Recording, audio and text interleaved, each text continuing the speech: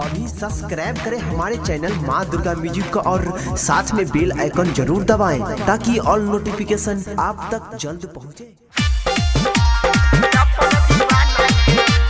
Mix by DJ प्रवीण करियोत बाजार। सुमित सतीश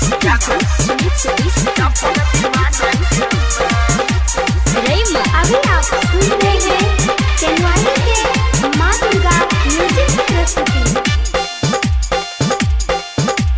लाली लगा के किया लइछा छौरी हमर जान।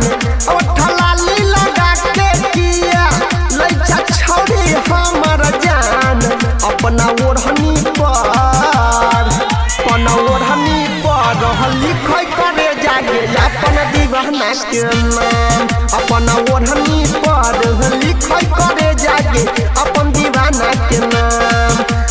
लाली लगा के किया लइछा छौरी हमर जान। अपना ओढ़नी पर लिखै करे जागे अपन दीवाना के नाम। अपना ओढ़नी पर लिखै करे जागे अपन दीवाना के नाम।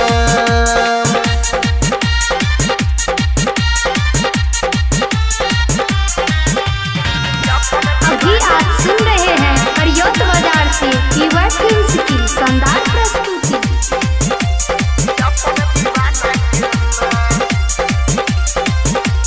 चेहरा तोहर चमको जेना पूर्णिमा के चान गे। हमरे ला तोरा बनल को भगवान गे। चेहरा तोहर चमको जेना पूर्णिमा के चान गे। हमरे ला तोरा बनल को भगवान गे।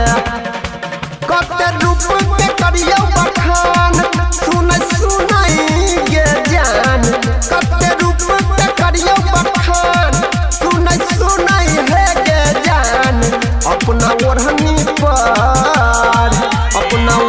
पर लिखले सुनाई करे जा अपन दीवाना के नाम।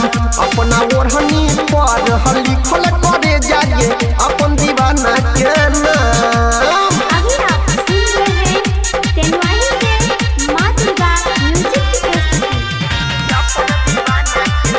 मिक्स बाय डीजे प्रवीण करियोत बाजार।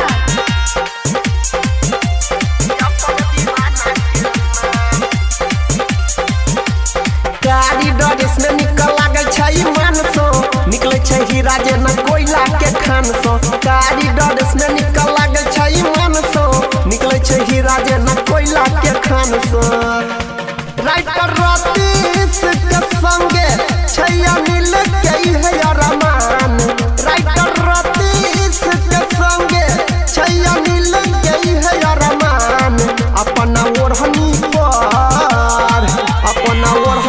पर लिखै करे जागे अपन दीवाना के नाम। अपना ओढ़नी पर लिखै करे